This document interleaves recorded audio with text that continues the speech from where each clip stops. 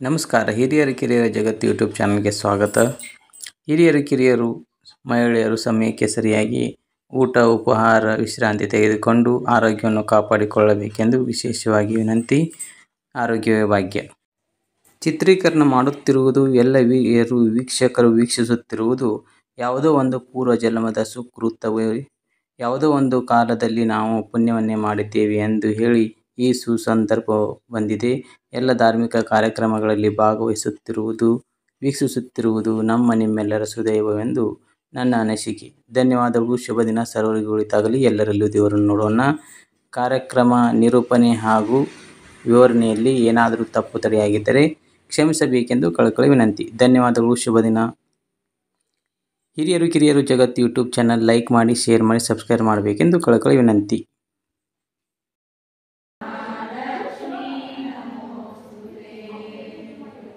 ಇವತ್ತಿನ ಒಂದು ವಿಶೇಷ ಕಾರ್ಯಕ್ರಮ ಅಂತಂದರೆ ಶ್ರಾವಣ ಮಾಸದಲ್ಲಿ, ಚಾತುರ್ಮಾಸದಲ್ಲಿ ಧಾರ್ಮಿಕ ಪೂಜೆ ಪುರಸ್ಕಾರ ನಡೀತಕ್ಕಂಥ ಒಂದು ಸಂದರ್ಭ. ಈ ಸಂದರ್ಭದಲ್ಲಿ ಶ್ರಾವಣ ಮಾಸದಲ್ಲಿ ಸತ್ಯನಾರಾಯಣ ಪೂಜೆಯನ್ನು ಯಾವ ರೀತಿಯಾಗಿ ನಡೀತದೋ ಅದೇ ರೀತಿಯಾಗಿ ನಮ್ಮ ದಕ್ಷಿಣ ಭಾರತದಲ್ಲಿ ಶಂಕರಿ ಮಹಾತ್ಮೆಯ ಕಥೆ ಮತ್ತು ಪೂಜೆಗಳು ನಡೀತವೆ. ಅದನ್ನು ಪ್ರಥಮವಾಗಿ ಇವತ್ತಿಂದ ಶ್ರವಣ ನಕ್ಷತ್ರ ಇರೋದ್ರಿಂದ, ಇವತ್ತು ನಾಳೆ ಪೌರ್ಣಿಮೆ ಇರೋದ್ರಿಂದ, ಇವತ್ತು ಇಲ್ಲಿಂದ ನಮ್ಮ ಉಪಾರ್ವಿಧಿ ಯುವಕ ಮಂಡಳದವರ ಮುಂದಾಗಿ ನಾವು ಶಂಕರಿ ಪೂಜೆ ಮಾಡ್ತೇವೆ ಅಂತೇಳಿ ಮಾಡ್ತಾರೆ. ಅದಕ್ಕೆ ಬನಶಂಕರಿ ದೇವಿ ಪೂಜೆ ಇವತ್ತು ಆರಾಧನೆ ಸತ್ಯನಾರಾಯಣ ಪೂಜೆ ಇದು ಹಂಗ ಆಗ್ತದೆ. ಆಮೇಲೆ ಈ 5 ಅಧ್ಯಾಯಗಳು ಏನು ಅದಾವಲ್ಲ, ಅಧ್ಯಾಯದಾಗ ದೇವಿ ಅವತಾರಗಳು ಏನೇನು ಪ್ರಸನ್ನ ಆಗ್ಯಾರ, ಏನೇನು ಪವಾಡ ಆಗಿದಾವ, ಏನೇನು ಆಗಿದಾವ ಅನ್ನೋದನ್ನ ಅವ್ರು ಓದಿ ಹೇಳ್ತಾರೆ. ದಯಮಾಡಿ ಕೇಳಿ. ಇದು ಮೊದಲನೇ ಸಲ ಆರಂಭದ ದಿವಸ ಅಂದರೆ ತಾವೆಲ್ಲರೂ ಬಂದೇನೆ ಭಾಗ್ಯಶಾಲಿಗಳು ತಿಳ್ಕೊಂಡು ಇವತ್ತೊಂದು ಕಾರ್ಯಕ್ರಮ ನಮ್ಮ ಪುರೋಹಿತರ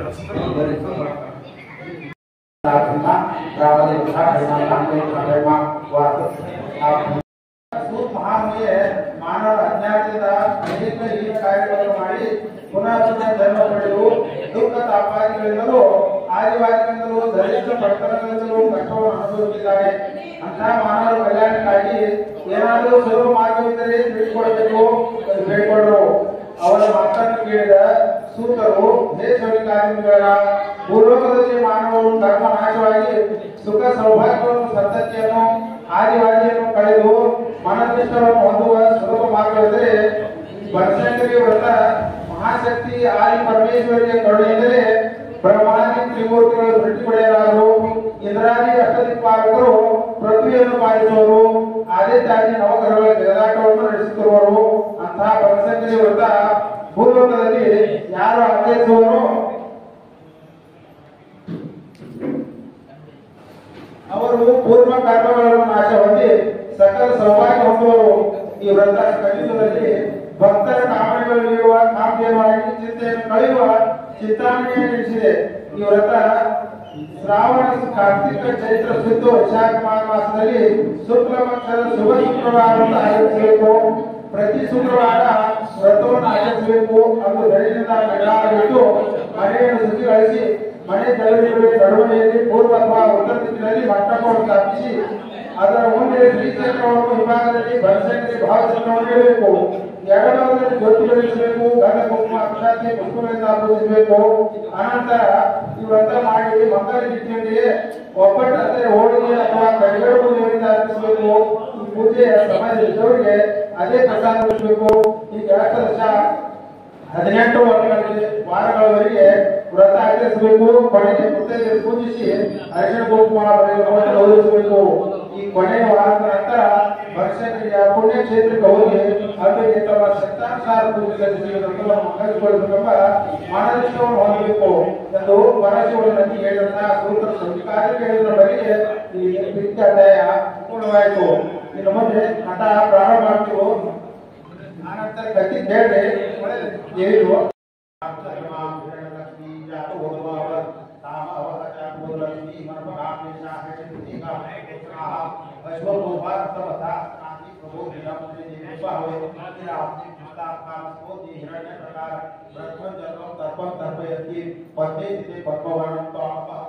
मनस काम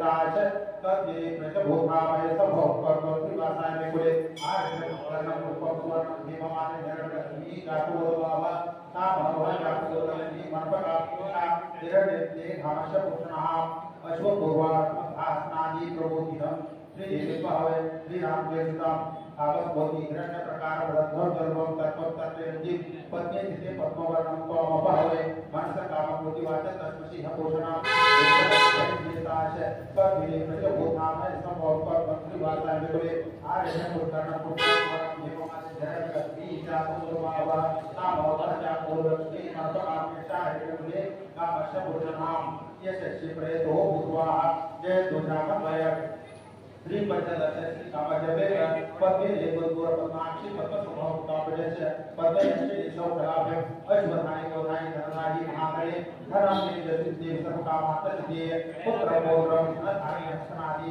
गैर संप्रश्नाम दोषि माताय संतप्परोति मम धर्म अपने धर्मवाय दसो धर्म पशु धर्म मित्रो बृहस्पति वर्णो नमस्ते वै अयि सोमं सोमताः सोमनं धनुष सोमनं ददाति भूमि न क्रोधन संवत्सर भोगनाशा भवति भवति कटपुष्णां सक्षणावति सुमनसंतरा चंद्रप्रभा शालिग्राम चंद्रभूषण काश महालक्ष्मी वर्षतु युगदेव अवृषभ सुरोह सर्वविचार ब्रह्मस्य पद्मप्रिय पत्नी पद्मास्त पद्मलेता विश्वविभीषण पद्मले तत्वपदमय शरीरौ व्यास पद्मासन विप्रकर्णि पद्मत्रेता अक्षि धर्मी वर्तन आविर्नाराभिन्दु शुभ्रवस्त्र लक्ष्मी बोधेन्द्र मणिगणेश नाम हिमकुंभे नित्यं सापस्ता मम वसुदे ग्रह सर्वमंगलविदाय लक्ष्मी क्षीर समुद्र तर्जाय श्री गंगा रामेश्वरे दाशम भूत समस्त देवांत लोकेश दीपांकुर श्रीमन् मंत्रकाते दत्त देवोत्तम तीर्थ गंगाधर त्वां त्रैलोक्य कुटुंबे संसजावन्दे मुकुंदं प्रियांसि श्रीलक्ष्मी सरस्वती लक्ष्मी प्रसिद्धि भव सर्वदा वरदाय भाषामित्रमन्त्रं कर्महन्ति कलासनस्थं मार्गपूर्णिमात्र क्षेत्रं भजेह माध्यं जगदीश्वरत्तां नमो देवाय महादेव शिवतं नमो प्रतुज्ञाय भद्राय नेता कृष्णात्मा सर्वमंगलमांगल्ये शिवार्थ साधिके शरणागतये हरि गौरी नारायणी नमोस्तुते श्री नमः यशस्वी प्रेतो भूत्वा येषु नामभय श्री पंचदश प्रथमो अध्याय ಭಾನುದಾಸ ಕಥೆ ಭರತಖಂಡ ಜಂಬೂದ್ವೀಪ ಶ್ರಾವಣ ದೇಶವಲ್ಲಿದ್ದ ಕರ್ನಾಟಕದಲ್ಲಿ ಏಕಚಕ್ರಾಂತರವೆಂಬ ಊರಿನಲ್ಲಿ ಇಂದಿನ ಪ್ರಧಾನಿ ನಾರಾಯಣ ಪದ್ಧತಿ ಎಂಬ ಬ್ರಾಹ್ಮಣ ದಂಪತಿಗಳಿದ್ದರು. ಅವರಿಗೆ ಬಹುಕಾಲದಿಂದ ಮಕ್ಕಳಾಗಿದ್ದರು. ಪಕ್ಕದಲ್ಲಿರುವ ಸಹ್ಯಾದ್ರಿ ಪರ್ವತದ ಅಡಿಯಲ್ಲಿ ಸೋಮೇಶ್ವರ ತೀರ್ಥಾನಂದ ಸರಸ್ವತಿ ತೀರ್ಥದಲ್ಲಿ ನಿಂತು ಬನಶಂಕರಿ ಸನ್ನಿಧಾನಕ್ಕೆ ಬಂದು ಪುತ್ರ ಸಂತಾನಕ್ಕಾಗಿ ಹೊರಟಿದ್ದರು. ಜಗದಂಬೆಯ ಕರುಣೆಯಿಂದ ವರ್ಷ ತುಂಬುವುದರೊಳಗೆ ಪದ್ಮಾವತಿ ಗರ್ಭಿಣಿಯಾಗಿ ಗಂಡು ಮಗಳು ಜನ್ಮಿಸಿದಳು. ಮಗನ ಹುಟ್ಟಿದ ಸಂತೋಷದ ಬಹುಕಾಲದಲ್ಲಿ ಉಳಿಯಲಿಲ್ಲ. ಪುಟ್ಟ ಕೋಡಿಯನ್ನು ದಂಪತಿಗಳನ್ನು ಹೊಂದಿಕೊಂಡರು. ಆ ಮಗುವಿಗೆ ಭಾರತನೆಂಬ ನಾಮಕರಣ ಮಾಡಿ ಪ್ರೇಮದಿಂದ ಕರೆದಿದ್ದರು. ಕುಶಲ ಬುದ್ಧಿಗಳು ನಾರಾಯಣನ ಮಗನ ಚಿಂತನೆ ಮಾಡಿ ಹೊಲ ಮನೆಗಳೆಲ್ಲ ಧನಧಾನ್ಯಗಳನ್ನು ಸಂಗ್ರಹಿಸಿದ್ದರು. ಮಗನು ಕೂಡನಾಥನ ಎಂಬ ಬಹು ದಂಪತಿಗಳಿಗೆ ಭಾಷಿ ಕೊನೆಯ ದಿನ ನಾರಾಯಣ ಪದ್ಧತಿ ಎಂಬ ಬನಶಂಕರಿ ಸನ್ನಿಧಿಗೆ ಬಂದರು. ತಾಯಿ, ನೀವು ಕೊಟ್ಟಂತಹ ಮಗನು ನೀನು ರಕ್ಷಿಸಬೇಕೆಂದು ಹೇಳಿಕೊಂಡು ಅಮ್ಮನ ಎದುರಿಗೆ ಹರಿದ್ರಾ ತೀರ್ಥದಲ್ಲಿ ಮುಳುಗಿ ಪ್ರಾಣ ಬಿಟ್ಟರು. ಆಗ ಬನಶಂಕರಿಯು ನಾರಾಯಣ ಭಟ್ಟರ ಸೋದರಿಯಾದ ವಿಧವೆ ಗೋದಾವರಿಯ ಸಮುದ್ರದಲ್ಲಿ ಕಾಣಿಸಿಕೊಂಡು, ಅಮ್ಮ ಗೋದಾವರಿಯೇ, ಬಡತನದ ಧೋರಣೆಯಲ್ಲಿ ಮಗಳಾದ ವೈಷ್ಣವಿಯೊಂದಿಗೆ ಇಲ್ಲಿ ಬಾಳಿದ ನಗರಕ್ಕೆ ಬಂದು ಅರೇ, ನಾನು ನಿಮ್ಮ ಅಣ್ಣನ ಮಗನಾದ ಭಾನುದತ್ತನನ್ನು ರಕ್ಷಿಸುವ ಭಾರ ನಿನ್ನದೆಂದು ಆಜ್ಞೆ ಮಾಡಿದರು. ಇದನ್ನು ತಿಳಿದ ಗೋದಾವರಿಯು ಮಗಳೊಂದಿಗೆ ನಗರಕ್ಕೆ ಬಂದು ಭಾರತದತ್ತನ ಶೋಕ ಮಾಡುತ್ತಾ ಅತಿಯೇ ನೆಲೆಯಾದಳು. ಕಾಲಚಕ್ರ ತಿರುಗುತ್ತಾ ವೈಷ್ಣವಿ ದೊಡ್ಡವಳಾಗಿ ಭಾರತದತ್ತನ ಯೌವನಕ್ಕೆ ಬಂದಿರಲು ಗೋದಾವರಿಯ ವರಿಬ್ಬರನ್ನು ಮದುವೆ ಮಾಡಿ ನೆಮ್ಮದಿಯಿಂದ ಬಾಳುತ್ತಿರಲು ಮುಂದೆ ವೈಷ್ಣವಿಗೆ ಇಬ್ಬರು ಗಂಡು ಮಕ್ಕಳಾದರು. ಹಿರಿಯವರ ಗೋವಿಂದ, ಸಣ್ಣವರ ಮಾಧವ. ಈ ಮೊಮ್ಮಕ್ಕಳು ಗೋದಾವರಿ ಗೊತ್ತಾಡುತ್ತಾ ಆನಂದದಿಂದ ಕಾಲ ಕಳೆಯುತ್ತಾ ಒಂದು ದಿನ ವಿದೇಶಗಳಾದರು. ಮುಂದೆ ಗೋವಿಂದ ಮಾಧವರು ಬೆಳೆಯುತ್ತಾ ಓಡಿ ಹುಡುಗರೊಂದಿಗೆ ಆಟ ಮಾಡುತ್ತಿರುವಾಗ ಮಕ್ಕಳು ಗೋವಿಂದ ಮಾಧವರಿಗೆ ಕೂಡನ ಮಕ್ಕಳೆಂದು ಸಂಬೋಧಿಸುತ್ತಿದ್ದರು. ಈ ಮಾತಿಗೆ ನೊಂದುಕೊಂಡ ಮಕ್ಕಳು ತಾಯಿ ವೈಷ್ಣವಿಗೆ ತಮ್ಮ ನೋವನ್ನು ಹೇಳಿಕೊಂಡರು. ಓಣಿ ಜನರಿಂದ ಅವಮಾನಿತರಾದ ಮಕ್ಕಳು ನೋವಿಗೆ ಸ್ಪಂದಿಸಿದ ವೈಷ್ಣವಿಗೆ ಕಂಡನಾದ ಭಾನುದತ್ತನ ಮೇಲೆ ತಿರಸ್ಕಾರ ಭಾವ ಉಂಟಾಗಿ ಮನೆಯಿಂದ ಹೊರ ಹಾಕಿದಳು. ಅನಾಥನಾದ ಭಾನುದತ್ತ ಕೈಯಲ್ಲಿ ಕೋಲು ಹಿಡಿದು ಮನೆ ಮನೆ ಭಿಕ್ಷೆ ಮಾಡಿ ಶಿವನ ದೇಗುಲದಲ್ಲಿ ಬಂದು ನೆಲೆಯಾದನು. ಹೀಗಿರಲು ಒಂದು ದಿನ ದೇವಾಲಯದಲ್ಲಿ ಶಂಕರ ಸ್ವಾಮಿಗಳೆಂಬ ಮಹಾತ್ಮರು ಬಂದು ಭಾನುದತ್ತನ ಸ್ಥಿತಿಯನ್ನು ಕಂಡು ಮನದೊಳಗೆ ಬರಲಿ, ಅಯ್ಯೋ ಭಾನುದತ್ತ ಸತಿಪುತ್ರನಿದ್ದರು ಅನಾಥನಾಗಿ ನೀನು ತಿಳಿದುಕೊಂಡು ಗುರುತಿನಿಂದ ಏನು ಸಾಧಿಸುವಿ ಎಂದು ಪ್ರಶ್ನೆ ಮಾಡಿದರು. ಭಾನುದತ್ತನ ಪೂಜರೆ ಕಣ್ಣಿನ ಗುಣನಾದ ನಾನು ಏನೇನು ಸಾಧಿಸಲು ಸಾಧ್ಯವಿರುವುದೆಂದು ನುಡಿಯಲು ಆಗ ಶಂಕರ ಸ್ವಾಮಿಗಳು, ಅಯ್ಯೋ ಬ್ರಾಹ್ಮಣೋತ್ತಮ, ನಿಮ್ಮ ತಂದೆಯಾದ ವೇದಶಾಸ್ತ್ರದ ತಿಳಿದು ನಿನಗೆ ಕೂಡಲೇ ತಿರುಕಾರಣಿಗೆ ಹೋಗಿ ಬನಶಂಕರಿಯ ಭಕ್ತಿಯಿಂದ ಆರಾಧಿಸಿ ನಿನ್ನ ಕಷ್ಟದಿಂದ ಮುಕ್ತಿ ಕೊಡುವುದು ಉಚಿತವಲ್ಲವೇ? ದೈವಕ್ಕೆ ಸಣ್ಣ ಪ್ರಾರ್ಥನೆಯನ್ನು ಕಳಿಸಲು ನಾನೆಂದು ಶಂಕರ ಸ್ವಾಮಿಗಳು ಆದೇಶ ಹೊರಟು ಹೋದರು. ಇನ್ನು ಮುಂದೆ ಅವರು ಮಾತನ್ನು ಪ್ರೀತಿಸಿ ಭಾನುದತ್ತ ಹೇಳುತ್ತಾ ತಿರುಕಾರಣ ಮಾತನ್ನು ಹಿಡಿದು ನಡೆದರು. ಬನಶಂಕರಿ ಆಲಯದಲ್ಲಿ ಪ್ರವೇಶ ಮಾಡಿ ಭಕ್ತಿಯಿಂದ ಜಗನ್ಮಾತೆಯನ್ನು ಕೊಂಡಾಡಲು ಆತನ ಮೊದಲ ಕಂಡ ಬ್ರಾಹ್ಮಣರಾದಿಯಾಗಿ ಋಷಿಮುನಿಗಳು ಈತನನ್ನು ಪ್ರೀತಿಸುತ್ತಾ ಕಂದಮೂಲ ಫಲಹಾರಗಳನ್ನು ನೀಡುತ್ತಾ ಋಷಿಪುತ್ರರು ಭಾನುದತ್ತನ ಜ್ಞಾನದ ನುಡಿಗೆ ಸೇವಕರಾದರು. ಅನುದಿನ ಸರಸ್ವತಿ ಹಳದಲ್ಲಿ ನಿಂತು ಭಸ್ಮ ಕುಂಕುಮವನ್ನು ಧರಿಸಿ ಶಂಕರಿಯನ್ನು ಧ್ಯಾನಿಸುತ್ತಿರಲು ಒಂದು ದಿನ ಸ್ವಪ್ನದಲ್ಲಿ ಬನಶಂಕರಿಯು ಒಂದು ಯಾವ ಭಾರತ ನಿಮಗೆ ನೇತ್ರಗಳು ಬರಬೇಕಾದ್ರೆ ಸೂರ್ಯ ಮಂತ್ರವನ್ನು ಜಪಿಸು, ಅದರಿಂದ ನಿನ್ನ ಕಣ್ಣುಗಳು ಬರುವುದೆಂದು ಹೇಳಿ ಮರೆಯಾದಳು. ಅಂಬೆಯ ಮಾತಿನಂತೆ ಭಾನುದತ್ತ ಉಭಯ ನೇತ್ರಗಳು ತಾನೇ ಕಾಣುತ್ತಲೇ ಸಾಕ್ಷಾತ್ ಸೂರ್ಯದೇವನಿಗೆ ಪ್ರಸನ್ನನಾಗಿ ಭಾನುದತ್ತ ಅಂಬೆಯ ಕರುಣೆ ಹಾಗೂ ನನ್ನ ಧ್ಯಾನಿಸಿದ ಫಲವಾಗಿ ನಿಮ್ಮ ಅಂತರಂಗದಲ್ಲಿ ಕಣ್ಣುಗಳು ಬಹಿರಂಗದ ಕಣ್ಣುಗಳು ಕರುಣಿಸಿದ್ದೇನೆ ನಿನ್ನ ತಲೆಯ ಮೇಲೆ ಹಸ್ತವನ್ನಿಟ್ಟು ಮರೆಯಾದನು. ಆಗ ವಿಶಾಲವಾದ ಜಗತ್ತು ನೋಡುತ್ತಾ ತುಂಬುಗಿಂತ ಹರಿದ್ರಾತೀರ್ಥವನ್ನು ಸಹ್ಯಾದ್ರಿ ಪರ್ವತವನ್ನು ತಿರಬಲದ ಸೌಂದರ್ಯವನ್ನು ಕಂಡು ಆನಂದಿತನಾಗಿ ಬನಶಂಕರಿಯ ಸನ್ನಿಧಿಗೆ ಬಂದು ಭಕ್ತಿಯಿಂದ ಸ್ತುತಿ ಮಾಡಿ, ಅಮ್ಮ ನಿನ್ನ ಕರುಣೆಯಿಂದ ನಾನು ನೇತ್ರಗಳನ್ನು ಪಡೆದೆ, ಆ ಸೂರ್ಯ ದೇವನಾಗಿ ಮೈಯಲ್ಲಿ ಹೊರವನ್ನು ಬಿಡಿ ಚೈತನ್ಯ ಮೂರ್ತಿಯಲ್ಲಿ ನಿನ್ನ ತಾಯಿ ಇಂದಿನಿಂದ ಭಾನುದತ್ತನಿಂದ ದಾಸನಾಗಿ ಬಾಳಿ ಬದುಕಿನಲ್ಲಿ ಎಂದರು.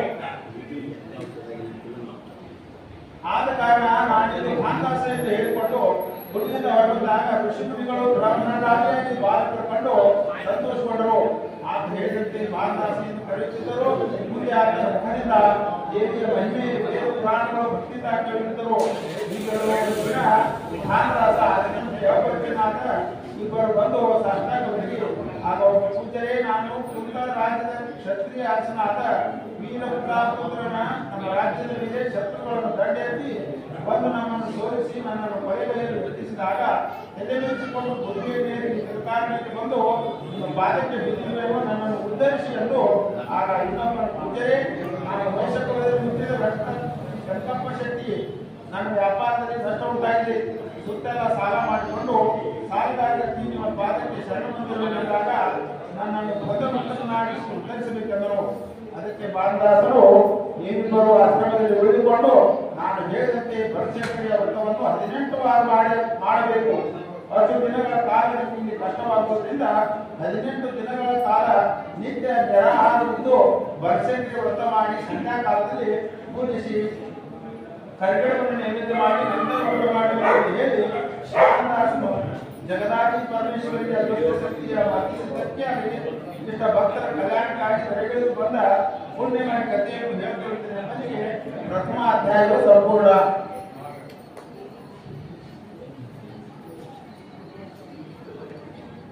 ಇನ್ನು ದ್ವಿತೀಯ ಅಧ್ಯಾಯ ದುರ್ಗಾಸುರ ಸಂಹಾರ. ಒಂದಾದ ದಿನ ಕೈಲಾಸದಲ್ಲಿ ಪರಶಿವನಿಗೆ ನಂದೀಶ್ವರನು, ಹೇ ದೇವಾದಿದೇವ, ಲೋಕಾರ್ಣವೃತ್ತಾರವಾದ ಶ್ರೀ ಬನಶಂಕರಿಯ ವ್ರತವಾಗಲು ಕಾರಣವೇನಾಯಿತು? ಆ ತಾಯಿ ಎಲ್ಲಿರುವಳು ಎಂಬುದನ್ನು ವಿವರಿಸಬೇಕೆಂದು ಕೇಳಿಕೊಂಡು ಶಿವನು, ಹೇ ನಂದೀಶ್ವರನೇ, ಜಗಜ್ಜನನಿಯಾದ ತಾಯಿ ಬನಶಂಕರಿಯ ಮಹಿಮೆಯನ್ನು ಕೇಳಲೆಂದು ವಿವರಿಸಿಕೊಳ್ಳಿದನು. ಜಗದಾದಿ ಮೂಲದ ನಿರ್ಗುಣ ನಿರಾಕಾರನಿಸಿದ ಬ್ರಹ್ಮನಲ್ಲಿ ಓಂಕಾರ ಸ್ವರೂಪಿ ಎನಿಸಿದ ಆದಿಶಕ್ತಿಯ ಅವತರಿಸಿದಳು. ಆಕೆ ಇಚ್ಛಾಶಕ್ತಿಯಿಂದ ಬ್ರಹ್ಮಾದಿ ತ್ರಿಮೂರ್ತಿಗಳಾದ ನಾವು ಜನ್ಮ ಪಡೆದೆವು. ಅಷ್ಟರಲ್ಲಿ ಆ ಮಹಾಶಕ್ತಿಯಿಂದ ನಾವು 3 ಸೃಷ್ಟಿ ಸ್ಥಿತಿ ಲಯ ಅಧಿಕಾರವನ್ನು ಪಡೆದು ಜಗತ್ಪೂಜ್ಯರಾದೆವು. ಅಂತ ಆದಿ ಪರಮೇಶ್ವರಿಯ ಬನಶಂಕರಿ ಹೇಗಾಗಲೆಂಬುದನ್ನು ವಿವರಿಸುತ್ತೇನೆ ಎಂದು ಶಿವನು ಹೇಳಿದನು. ಸೂತರು ವಿವರಿಸಿಕೊಳ್ಳಿದರು. ಈ ನವಖಂಡ ಪೃಥ್ವಿಯಲ್ಲಿ ಭರತ ಖಂಡದ ದಕ್ಷಿಣ ಭಾಗ ಜಂಬೂದ್ವೀಪದಲ್ಲಿ ತೊಟ್ಟಿ ಹರಿಯುವ ಮರಪಹಾರಣಿ ನದಿಯ ತಟದಲ್ಲಿ ದಕ್ಷಿಣ ಕಾಶಿ ದೇಶದ ಮಹಾಕುಂಡೇಶ್ವರ ಮಹಾಕೂಟವಿದೆ. ಅದಕ್ಕೆ ಸಮೀಪವಾದಲ್ಲಿ ಸುಂದರವಾದ ಗಂಧದ ಮರಗಳು ಶೋಭಿಸುವ ಸ್ಥಳಕ್ಕೆ ತಿಲವನವೆಂದು ತಿಲಕಾರಣ್ಯವೆಂದು ಕರೆಯಲ್ಪಡುವರು ಅರಣ್ಯವಿದೆ. ಆ ಪುಣ್ಯ ಸ್ಥಳದಲ್ಲಿ ಅನೇಕ ಜನ ಶಿಷ್ಯರೊಂದಿಗೆ ತ್ರಿದಂಡಿ ಎಂಬ ಮುನೀಶ್ವರನು ರೋಗ ಕಲ್ಯಾಣಕರವಾದ ಯಜ್ಞ ಮಾಡುತ್ತಿದ್ದನು. ಹೀಗೆ ಕಾಲದವರೆಗೆ ಭೂಮಿಗೆ ಮಳೆ ಬಾರದೆ ಎಲ್ಲಿ ಯೋಗಾದಿಗಳು ನಿಂತ ಹೋದವು. ಅದಕ್ಕೆ ಕಾರಣ ಅದು ಹೀಗೆ ಇತ್ತು. ಹಿರಣ್ಯಾಕ್ಷನ ವಂಶದಲ್ಲಿ ಮುಂದೆ ಋರುವನ್ನು ಜನಿಸಿದನು. ಮುಂದೆ ಅವರ ಗರ್ಭದಲ್ಲಿ ದುರ್ಗಾಸುರನ ಮತೇಶ್ವರ ಜನಿಸಿದನು. ಆತ ಪ್ರೌಢಾವಸ್ಥೆಗೆ ಬರಲು ಬ್ರಹ್ಮನ ಕುರಿತು ತಪ್ಪಗೈದು ಪ್ರಸನ್ನನಾದ ಬ್ರಹ್ಮದೇವನೇ ದುರ್ಗಾಸುರನಿಗೆ ಏನು ಮಾಡಬೇಕೆಂದು ಕೇಳಿದಾಗ ದುರ್ಗಾಸುರನು ವೇದಗಳ ಒಡೆಯನಾದ ಬ್ರಹ್ಮದೇವನೇ 4 ವೇದಗಳ ಹಾಗೂ ವೇದ ಮಂತ್ರಗಳನ್ನು ವಶವಾಗಬೇಕೆಂದು ಕೇಳಿಕೊಂಡ. ಅವನ ಬೇಡಿಕೆಗೆ ಒಪ್ಪಿದ ಬ್ರಹ್ಮದೇವನು ದುರ್ಗಾಸುರನಿಗೆ ಅನುಗ್ರಹಿಸಿದ. ಬ್ರಹ್ಮ ಅನುಗ್ರಹ ಆಗುತ್ತದೆ. ವೇದ ಮಂತ್ರ ಜ್ಞಾನಗಳು ಎಲ್ಲವೂ ತಲೆಯಲ್ಲಿ ಶೂನ್ಯವಾಗಿ ಬ್ರಹ್ಮನಿಗೆ ಬಂದು ದುರ್ಗಾಮನದಲ್ಲಿ ಅಷ್ಟವಾದವು. ಜಗತ್ತಿನಲ್ಲಿ ಪ್ರಚಾರವಾಗಿದ್ದ ಚತುರ್ವೇದಗಳ ಜ್ಞಾನವು ಶೂನ್ಯವಾಗುವುದಲ್ಲದೆ ಬ್ರಾಹ್ಮಣ ಪಂಡಿತ ಋಷಿ ಮುನಿಗಳಿಗೆ ವೇದ ಮಂತ್ರದ ನೆನಪು ಬಾರದಾಯಿತು. ಎಲ್ಲೆಡೆಯಲ್ಲಿ ನಡೆಯುವ ಅಗ್ನಿಹೋತ್ರಗಳು ನಿಂತು ಹೋದವು. ಭುವನದಲ್ಲಿ ಯತಿ ಮುನಿ ಬ್ರಾಹ್ಮಣರಿಂದ ನಡೆಯುವ ಯಜ್ಞದ ಭವಿಷ್ಯವನ್ನು ಗುರುತಿಸಿ ಜಗತ್ತನ್ನು ಪಾಲಿಸುವ ಇಂದ್ರ ಅಗ್ನಿವಾಯು ವರ್ಣಾದಿ ಅಷ್ಟದಿಕ್ಪಾಲಕರು ಆಹಾರವಿಲ್ಲದೆ ಬಲಹೀನರಾಗಿ ಮೂಗು ಬಂದ ಕಾರ್ಯದಲ್ಲಿ ನಡೆದರು. ಇದರಿಂದ ಭೂಮಿಗೆ ಮಳೆ ಬಾರದೆ ಕ್ಷಾಮವು ತಡೆದೋರಿತು. ದುರ್ಗಾಸನು ಅಷ್ಟದಿಕ್ಪಾಲಕರನ್ನು ಹೊಡೆದೋಡಿಸಿ ಇಂದ್ರನನ್ನು ಹೊಡೆದು ಅಮರಾವತಿ ಸಿಂಹಾಸನದಲ್ಲಿ ಕುಳಿತುಕೊಂಡರು. ಅಂತ ದೇವತೆಗಳು ಅಧಿಕಾರ ಕಳೆದುಕೊಂಡರು. ಇತ್ತ ಮಾನವರಿಗೆ ಮಳೆ ಬೆಳೆ ಇದರಲ್ಲಿ ಕಂಗಾಲಾದರು. ಆಗ ಆದಿಶಕ್ತಿಯ ಉಪಾಸನಾದ ತ್ರಿದಂಡ ಮುನಿಯು ಮಾನವ ಕುಲದ ಕಲ್ಯಾಣಕ್ಕಾಗಿ ವೇದ ಮಂತ್ರಗಳನ್ನು ಮೀರಿ ಸ್ವಯಂವರ ಸಿದ್ಧವಾಗಿ ಓಂಕಾರ ಬೀಜಾಕ್ಷರ ಮಂತ್ರವನ್ನು ಸಮಸ್ತ ಬ್ರಾಹ್ಮಣರಾಗಿ ಯತಿ ಮುನಿಗಳಿಗೆ ಬೋಧಿಸಿ ಜಗನ್ಮಾತೆ ಧ್ಯಾನದಲ್ಲಿ ತಪ ಮಾಡಲು ಪ್ರೇರೇಪಿಸಿದರು.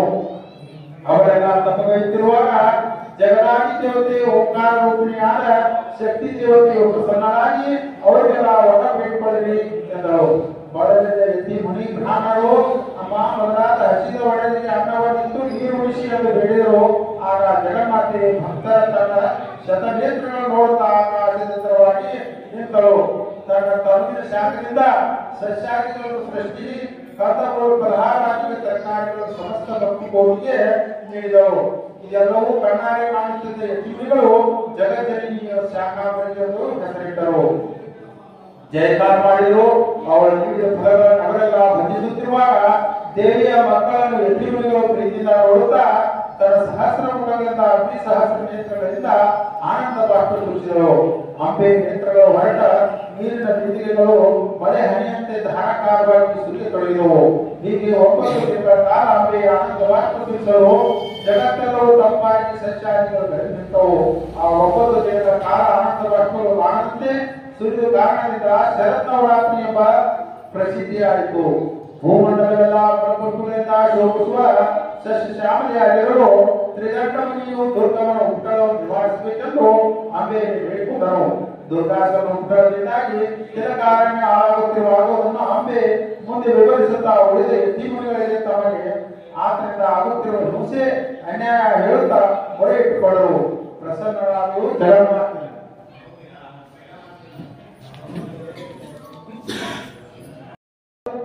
ದುರ್ಗಾಸುರನ ಸಂಹಾರಕ್ಕೆ ನಿಂತಳು.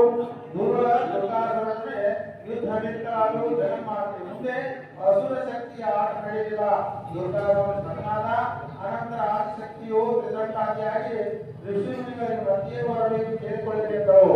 ಅವರೆಲ್ಲ ದುರ್ಗಾಸುರನನ್ನು ಕೊಂದು ನಿನ್ನ ಭೀಕರ ದುರ್ಗಿಯ ಅವತಾರವನ್ನು ನನಗೆ ನೋಡಲು ಆಗುತ್ತಿಲ್ಲ. ಈ ಕ್ಷಣದಲ್ಲಿ ನೀವು ಶಾಂತ ಶಕ್ತಿಯಾಗಿ ಚಿರಕಾಲದಲ್ಲಿ ಈ ಭೂಮಂಡಲದಲ್ಲಿ ವಾಸವಾಗಿ ಭಕ್ತರ ಮನದಾಭಿಷ್ಟವನ್ನು ನೀಡುವುದಾಗಿ ಹೇಳಿಕೊಂಡರು.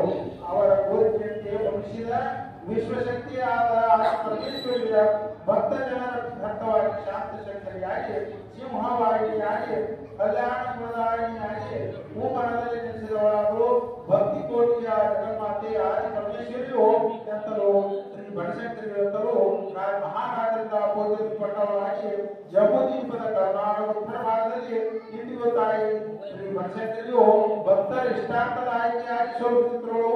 ಹೀಗೆಂದು ಶಿವನ ಮಂಜೇಶ್ವರಿ ಬೇಡಂತ ಸೂತ್ರಗಳು ಸೌನಿಕಾರ್ಥಿಗಳಿಗೆ ವಿವರಿಸಿದರು. ದ್ವಿತೀಯ ಅಧ್ಯಾಯ ಸಂಪೂರ್ಣ.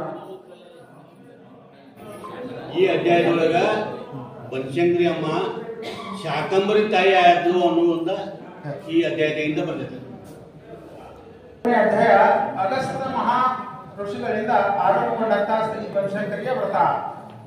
ಧರೆಗಿಳಿದ ಆದಿ ಪರಮೇಶ್ವರಿಯು ಬನಶಂಕರಿ ಎನಿಸಿದ ಕಥೆ ಕೇಳಿ ಆನಂದಿತರಾದ ಶೌನಿಕಾದಿ ಮುನಿಗಳು, ಹೇ ಗುರುವರೇ, ಜಗನ್ಮಾತೆ ಧರೆಗಿಳಿದು ಗುಣವನ ವಾಸಿಯಾದ ಅನಂತರ ತಾಯಿಯ ವ್ರತ ಉಪಾಸನೆ ಹೇಗೆ ಆರಂಭವಾಯಿತು ಎಂಬುದನ್ನು ಹೇಳಬೇಕು ಎಂದು ಹೇಳಿಕೊಂಡರು.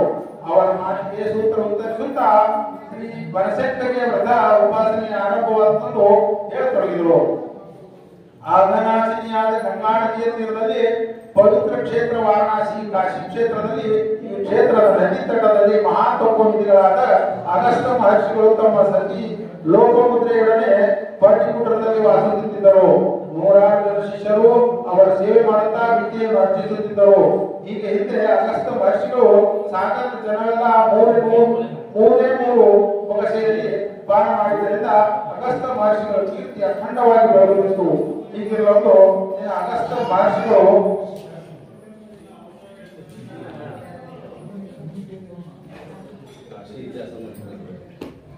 ಲೋಪಾಮುದ್ರೆಯೊಡನೆ ಸಂಚರಿಸುತ್ತಿರುವಾಗ ಮಾರ್ಗಮಧ್ಯದಲ್ಲಿ ಸುಧರ್ಮನೆಂಬ ರಾಜ ವಟವೃಕ್ಷದ ಅಡಿಯಲ್ಲಿ ಕುಳಿತು ಶ್ರೀಮನ್ನಾರಾಯಣ ಧ್ಯಾನದಲ್ಲಿ ಮಗ್ನನಾಗಿದ್ದ. ಅಗಸ್ತ್ಯ ಮಹರ್ಷಿಗಳು ಆತನ ಬಳಿಗೆ ಬಂದು ಪರಿವೇಶಿಸಲಿರಲಿಲ್ಲ. ತನ್ನನ್ನು ಕಂಡು ವಿನಯ ತೋರಲಿಲ್ಲವೆಂದು ಅಗೌರವ ತೋರುತ್ತಿರುವ ಜಗತ್ಪೂಜ್ಯನಾದ ನನಗೆ ಗೌರವ ನೀಡಿ ಸುಧರ್ಮನಿಗೆ ಎಷ್ಟೊಂದು ಸ್ವಲ್ಪ ಕೋಪದಿಂದ ಆವೇಶದಿಂದ ಇದೇ ಸೊಪ್ಪಿದ ಸ್ವರ್ಣಂತೆ ಸುಧರ್ಮನೇ, ಯತಿಮುನಿಗಳನ್ನು ಕಂಡು ಗೌರವಿಸುವುದು ಮಾನವ ಜನ್ಮ ವ್ಯರ್ಥವಾಗುವುದು, ನಿನಗೆ ಆನೆಯ ಜನ್ಮ ಪ್ರಾಪ್ತವಾಗಲಿ ಎಂದು ಶಾಪ ಕೊಟ್ಟರು. ಹೊರಟು ಹೋದರು. ಇಂಥ ಕೆಲವು ನಿಮಿಷಗಳ ನಂತರ ಧ್ಯಾನದಿಂದ ಹೊರಬಂದ ಸುಧರ್ಮ ವಿನಾಕಾರಣ ಅಗಸ್ತ್ಯ ಶಾಪಕ್ಕೆ ತುತ್ತಾದನಲ್ಲ ಎಂದು ಚಿಂತಿಸುತ್ತಾ ಶ್ರೀಮನ್ನಾರಾಯಣನಲ್ಲಿ ಮೊರೆ ಇಟ್ಟರು. ಭಕ್ತವತ್ಸಲನಾದ ನಾರಾಯಣನು ಸುಧರ್ಮನಿಗೆ ಪ್ರಸನ್ನನಾಗಿ, ವತ್ಸ ಅಗಸ್ತ್ಯರ ಶಾಪದಿಂದ ನೀನು ಆನೆಯ ಜನ್ಮ ಪಡೆದು ನನ್ನ ಧ್ಯಾನದಲ್ಲಿ ಮಗ್ನನಾಗಿರು ಎಂದು ಅನುಗ್ರಹಿಸಿ ಹೋದನು. ಸುಧರ್ಮನು ಆನೆಯ ಜನ್ಮ ಪಡೆದು ಇಂಥ ಶ್ರೀಹರಿಗೆ ತನ್ನ ಭಕ್ತರ ವ್ಯರ್ಥವಾಗಿ ಶಾಪ ಇಟ್ಟು ಅಗಸ್ತ್ಯ ಮಹರ್ಷಿಗಳ ಅಹಂಕಾರಗೊಳಿಸಲು ನಾರದನಿಗೆ ಸೂಚನೆ ನೀಡಿದರು. ಈ ಹರಿಯಾಜ್ಞೆಯಂತೆ ತ್ರಿಲೋಕ ಸಂಚಾರಿಯಾದ ನಾರದರು ಭೂಲೋಕದ ವಿದ್ಯಾಪರ್ವತಕ್ಕೆ ಬಂದಿದ್ದರು. ನಾರದರ ಬಗ್ಗೆ ಆಗಮನದಿಂದ ಸಂತೋಷನಾದಿಂದನು ನಮ್ರ ಪಾವದಿಂದ ಮುಗಿಸಿ ಗೌರವಿಸಿ, ಆಗ ನಾರದರೇ, ವಿಂದ ಪರ್ವತನೇ, ಯುಗದಿಂದಲೂ ನೀನು ಸಮಯ ಕುಳಿತುಕೊಂಡು ಏನು ಸಾಧಿಸಿರುವಿ, ಅಗೋ ಅಲ್ಲಿ ನೋಡು, ನಿಮ್ಮಂತನ ಮಹಾಮೇರುವಾಗಿ ಬೆಳೆದ ಯತಿಮುನಿಗಳು ಆಕರ್ಷಿಸಿದನು. ಅಷ್ಟೇ ಏನು ಎತ್ತರಕ್ಕೆ ಮೆಚ್ಚಿ ಸಾಕ್ಷಾತ್ ಶಿವನು ಆತನಲ್ಲಿ ನೆಲೆಸಿ ಕೇದಾರನಾಥನಲ್ಲಿ ಎದುರಿಸಿರುವನು ಎಂದಾಗ ನಾರದರೋ ಮಾತಿಗೆ ನಿಂದರು. ಹೇ ನಾರದ ಮುನೀಶ್ವರನೇ, ನಿಮ್ಮಂತನಿಗಿಂತಲೂ ನಾನು ಮರೆ ಮೀರಿ ಬೆಳೆಯಬೇಕೆನ್ನುವ ಆಸೆ ಇರುವುದು, ಆದರೆ ಅದು ಹೇಗೆ ಬೆಳೆಯಬೇಕೆಂಬ ಉಪಾಯಗಳನ್ನು ತಿಳಿದಿಲ್ಲ ಎಂದು ಹೇಳಿದನು. ಅದಕ್ಕೆ ನಾರದರು ವಿದ್ಯಾಪರ್ವತನಾಗಿ ಜಗದಾಶಕ್ತಿಯ ಮೂಲ ಮಂತ್ರವನ್ನು ಉದ್ದೇಶಿಸು ಮಾಡಿ ತಪ ಮಾಡಲು ಹೇಳಿ ಹೊರಟು ಹೋದರು. ನಾರದರ ಸಲಹೆಯಂತೆ ಬಿಂದರಾಜನು ತಪ ಮಾಡುತ್ತಾ ಬೆಳೆಯತೊಡಗಿದನು. ಹಿಮಂತನಿಗಿಂತಲೂ ಮಿಗಿಲಾದ ಬೆಳೆದು ನಭೋಮಂಡಲವನ್ನು ವ್ಯಾಪಿಸಿ ಸೂರ್ಯದೇವರಿಗೆ ಎದುರಾಗಿ ನಿಂತ. ವಿಂಧ್ಯ ಪರ್ವತವನ್ನು ದಾಟುವುದು ಸೂರ್ಯದೇವರಿಗೆ ಅಸಾಧ್ಯವಾಯಿತು. ಸೂರ್ಯನು ಮರಳಿ ಪೂರ್ವ ದಿಕ್ಕಿಗತ್ತ ಸಾಗಿ ಮುಳುಗಿ ಹೋದ. ಇತ್ತ ವಿದ್ಯಾಪರ್ವತದಲ್ಲಿ ಪಶ್ಚಿಮ ಭಾಗದಲ್ಲಿರುವ ಋಷಿ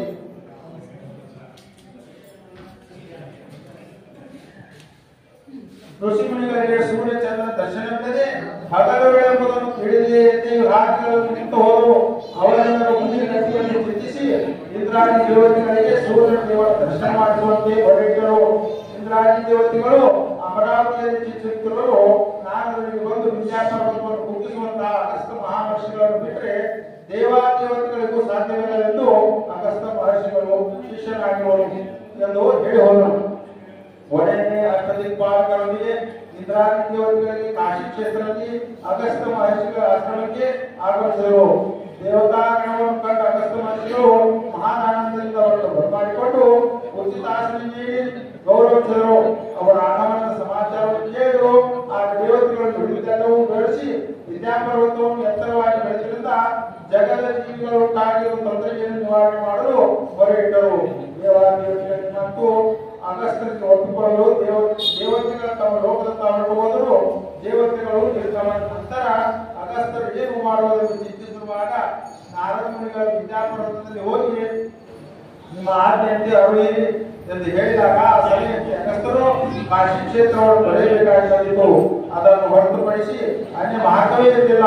ಅಗಸ್ತ್ಯರು ದುಃಖಿತರಾಗಿ ವಿಶ್ವನಾಥನ ಮಂದಿರಕ್ಕೆ ಬಂದು ದೇವಾದಿದೇವ, ಹೇ ಮಹಾದೇವ, ಯಾವ ಪಾಪದ ಮರವೋ ಇದು ನಿನ್ನ ನಗರವು ದಸಿ ಬಂದೊಳಗೆ ಎಂದು ಎಬ್ಬಿಸಿ ವಿಶ್ವನಾಥನನ್ನು ಪ್ರಸನ್ನನಾಗಿ ಅಗಸ್ತ್ಯ ಮಹಾಮುನಿಯು ಹಿಂದೆ ಸುಧರ್ಮನೊಂದಿಗೆ ಹರಿಯ ಧ್ಯಾನದಲ್ಲಿರುವಾಗ ನಿನ್ನನ್ನು ಗೌರವಿಸಲೆಂದು ಅಹಂಕಾರಕ್ಕೆ ಒಳಗಾಗಿ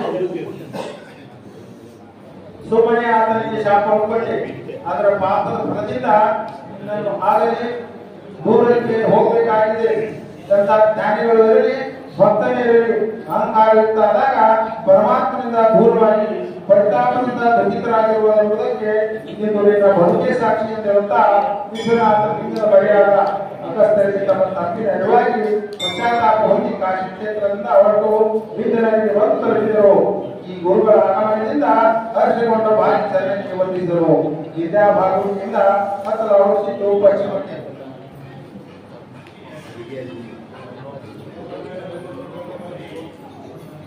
ದಿಗಂತದಲ್ಲಿರುವ ಕತ್ತಲೆ ಬೇರು ಸೂರ್ಯನ ದರ್ಶನವಾಯಿತು. ಆಗ ಅಗಸ್ತ್ಯರು ವರ್ಷಾಂತರಾಗಿ ನಾವು ತೀರ್ಥಯಾತ್ರೆಗೆ ಹೊರಟಿದ್ದೆವು. ನಾವು ಮರಳಿ ಬರುವವರೆಗೂ ನೀವು ಭೂಮಿಗೆ ಒಳಗೆ ಮಾಡಿದ್ದರೆ ನಾವು ಮರಳಿ ಬರಲಿಕ್ಕೆ ಸಾಧ್ಯ.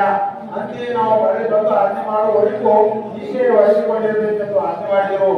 ಗುರುವಿನ ಆಜ್ಞೆಯನ್ನು ವಿದ್ಯೆಯನ್ನು ಒಪ್ಪಿಕೊಂಡು ಅಗಸ್ತ್ಯರ ವಿದ್ಯಾಸರಸನ್ನೇ ಪಯಣ ಮಾಡಿ ಕರವೀರಪುರವಾಸಿನಿಯಾದ ಮಹಾಲಕ್ಷ್ಮಿಯನ್ನು ಕಂಡು ಸ್ತುತಿ ಮಾಡಲು ಮಹಾಲಕ್ಷ್ಮಿ ದೇವರು ಪ್ರಸನ್ನರಾಗಿ ವರ್ಷಾಂತಕ್ಕೆ ಬೇಕು ಎಂದು ಕೇಳಿದಾಗ ಅಗಸ್ತ್ಯ ಮಹರ್ಷಿಗಳು ಹೇ ಲೋಕಮಾತ, ಕಾಶಿಗೆ ಸಮಾನವಾದ ಕ್ಷೇತ್ರ ಎಂದಿರುವುದನ್ನು ಹೇಳಿ ಕೃಪೆಯಾಗಬೇಕು ಎಂದು ಬೇಡಿಕೊಂಡರು.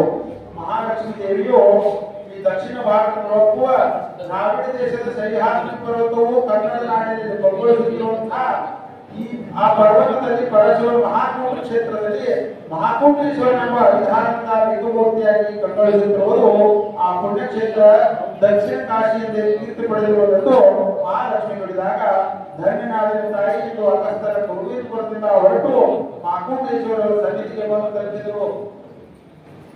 ಮಹಾಕೂಟೇಶ್ವರನ ಪೂಜಿಸಿ ಸ್ತುತಿ ಮಾಡಲು ಪರಶುರ ಅಗಸ್ತ್ಯರನ್ನ ಪ್ರಸನ್ನನಾಗಿ ಅಗಸ್ತ್ಯನೇ ಮುನಿಯ ಮುನಿ, ನಿನ್ನ ಕೋರಿಕೆ ಏನೆಂದು ಕೇಳಿದಾಗ ಅಗಸ್ತ್ಯ ಸ್ವಾಮಿ ನಿನ್ನ ಪುಣ್ಯ ಕ್ಷೇತ್ರದಲ್ಲಿ ನನಗೆ ಆಶ್ರಯ ನೀಡಬೇಕೆಂದು ಬೇಡಿಕೊಂಡರು.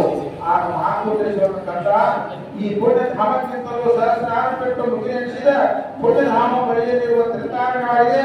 ಅಲ್ಲಿ ತ್ರಿಮೂರ್ತಿಗಳ ಜನ್ಮಕ್ಕೂ ಆದಿಪರಮೇಶ್ವರಿಗೆ ಶಕ್ತಿ ಶಾಕಾಂಬರಿಯ ಶ್ರೀ ತಾಯಿ ಬನಶಂಕರಿ ಎಂಬ ನಾಮದಿಂದ ವಿಧಿಯಾಗಿ ನಿಂತಿರುವಳು. ಅಲ್ಲಿ ವಾಸ ಮಾಡುವ ಮುಗಿಸಿ ಅಖಂಡ ಕೀರ್ತಿಶಾಲಿಯ ಅಭೋ ಎಂದು ಅಭಯವನ್ನು ಬಿಟ್ಟು ಮರೆಯಾದರು. ಆಗ ಅಗಸ್ತ್ಯ ಮಹರ್ಷಿಗಳು ಶಿವನ ಪ್ರೇರಣೆಯಂತೆ ತಿರುಗಾಡಕ್ಕೆ ಬಂದು ಶ್ರೀ ಬನಶಂಕರಿಯನ್ನು ಪೂಜಿಸಿ ಆದಿ ಪರಮೇಶ್ವರಿಯ ಪ್ರಸಾದವಾಗಿ ಮಹಾಯಾಗ ಮಾಡಿದರು. ಸಂತುಷ್ಟಳಾದ ಜಗದಾಂಬಿ ಯಥೇಶ್ವರಿಯಾಗಿ ಪ್ರಸನ್ನನಾದರು.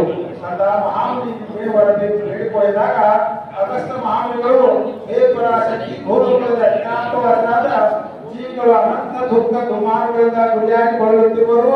ಅಂತ ಆರ್ಥರ ದುಃಖ ನಿವಾರಣೆಗಾಗಿ ಲೋಕೋದ್ಧಾರಕ್ಕಾಗಿ ನಾನು ಬೇಡುವ ಸುಲಭ ಉಪಾಯ ಎಂದರು. ಜನರು ನಿನ್ನ ಕೃಪೆಯಿಂದ ಹೊಂದುವ ಮಾರ್ಗದಲ್ಲಿ ಅನುಗ್ರಹಿಸಬೇಕೆಂದು ಬೇಡಿಕೊಂಡರು. ಸಂತುಷ್ಟರಾದ ಬನಶಂಕರಿಯು ಲೋಕಾನುಗ್ರಹಕರವಾದ ನನ್ನ ವ್ರತ ಬನಶಂಕರಿ ವ್ರತ ಮಾಡಬೇಕು ಎಂದು ಅಭಯ ಬಿಟ್ಟರು. ಆ ವ್ರತವನ್ನು ಆಚರಿಸುವುದರಿಂದಾನಗಳು ಅಗಸ್ತ್ಯನಿಗೆ ಬೋಧೆ ಮಾಡಿದರು.